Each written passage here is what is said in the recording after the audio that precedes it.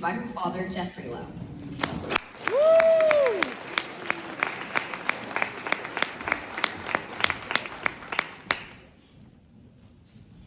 I was told earlier that I had to bring up that J. Lou came before J. Lowe. I have the distinct honor and privilege of introducing my daughter, Ainsley. I cannot be more proud to have the opportunity to do so. However, after thinking about it, I felt who better to introduce Ainsley than Ainsley herself. But not this Ainsley. I'm going to take you back to first grade Ainsley. First grade Ainsley did an I am poem at the end of first grade. And in that, she made some statements that show who she was then and who she remains today. Those statements are, I am a runner. And she said that 4 different times. I am a runner. She said, I wonder if I'm going to get everything done. She said, I feel all the feelings every day. She said, I worry about tests. She said, I understand different is okay. And she said, I'm okay the way I am, and I'll try my best every day. While those things were true in first grade, and she has changed since then, you can really see those first grade thoughts have carried through to present day Ames. She still tries her best every day. From trying to juggle all of her commitments to spending time with family and friends, she's always trying her best. She is still okay with the way she is. She's self-confident and self-assured. She still understands different is okay. She's empathetic, helpful, kind, and caring. And she still worries about tests. And she's still a runner. Maybe not in the sense she meant in first grade, running from point A to point B. But boy, she does not stop. From running to class, to running to soccer or lacrosse, to running to rehearsal, to running to Senate, to running to be with her friends and family, mostly friends. She does not stop running. And one piece of advice I'll give you, Ainsley, is never stop running. Without further ado, it's Ames.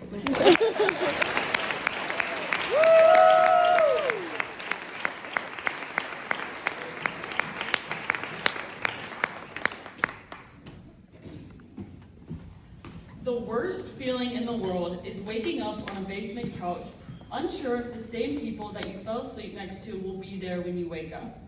You have an intense craving for water. You feel as though you haven't slept in weeks, and you can feel the grime building up on your face because you forgot to wash it the night before. Your whole day is now thrown off, and there's nothing more you want to do than just rot in your own bed. Nobody wants to admit it, but sleepovers are disgusting. We continue to glorify them, yet they are hardly above subpar. I remember my first big girl sleepover like it was yesterday. I would have probably said it was one of the best days of my life until I learned the reality of it all. Sleepovers are great for people who are chill. I had no chill. Since my first sleepover, I've endured many basement couches, slept in makeup, and dehydration.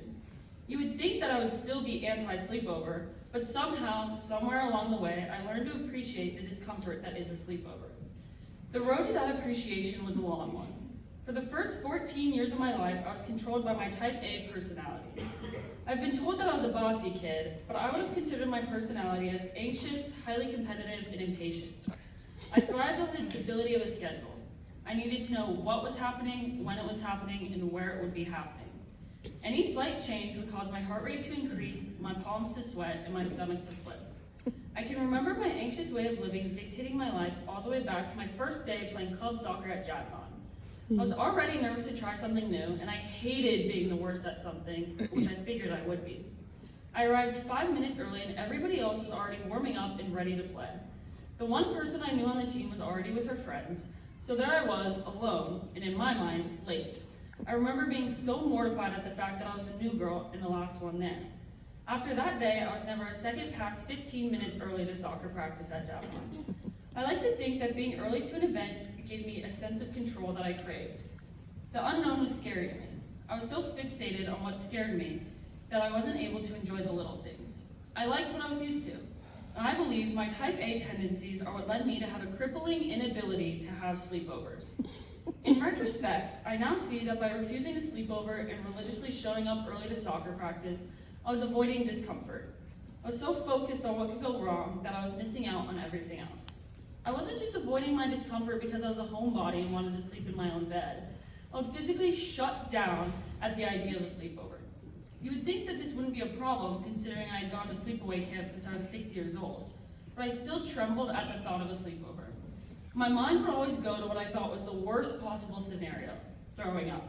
Throwing up literally took every ounce of control I once had away from me. The minute I started to feel anxious, my stomach would start to hurt, and then I would spiral down the path that I knew for a fact I was going to throw up. Nobody could help me except for my parents, so why would I have a sleepover without the two people who could help me in my time of need? I also had some irrational fear that the world would end if I didn't fall asleep by a certain time. At home, I had my nighttime routine, and my room satisfied my very specific sleeping conditions.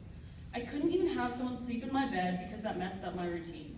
When my perfect sleeping formula was interrupted, the anxiety kicked in, which kicks out of my stomach pain, and once again, the fear of throwing up took over. My solution to this problem was just a 4-year hiatus from sleepovers. I became quite good at coming up with an excuse, or honestly just saying that my stomach hurt because it was probably the truth. I was so embarrassed at the fact that I couldn't have a sleepover because it was all my friends were doing, but there was a mental block that I was unable to get over. On Thanksgiving Day freshman year, I decided it was time to face my fears. A wonderful family-filled Thanksgiving Day ended with 4 girls and a dream to go Black Friday shopping at midnight like we had always wanted. There we were, me, my sister, Sally, and her sister, walking out of Target with our completed dreams in tow. To end the night, a sister sleepover was suggested. As you can imagine, everybody else jumped right on the idea, while I was hesitant but reluctantly agreed. I thought I would be okay because I had my sister, Sally and Elise are practically like my sisters, and the Goldstein household was one that I knew like my own. All was well considering the circumstances, but I still had continued butterflies in my stomach. I was able to stay distracted until it was time to go to bed. Sally and I put on a movie to go to sleep, and that's when it all went downhill. I had convinced myself that I was going to throw up, and that was it for me. I, so I thought at least, nonchalantly walked to the bathroom and immediately FaceTimed my dad. My worst nightmare was happening. There I sat, vulnerably hunched over the Goldstein toilet, sobbing and heaving while all on the phone with my father. My poor dad just sat on the other line, bluntly telling me I would be fine and it's not the end of the world if I threw up. It indeed wasn't, and once I was able to breathe again, I crawled back into bed, thanking God that Sally was already asleep. For years, I thought I had gotten away with all my excuses, but after some tough realizations, I now can confidently say I was not slick. Although I for sure didn't realize it in the moment, I believe that my experience in the Goldstein bathroom broke me out of my type A shell. It was the type of rock bottom moment that I needed to realize that made me realize I wanted and needed to let go. While I do still think I carry some type A qualities with me, I'm no longer chained down to the rigid customs that came with my type A tendencies.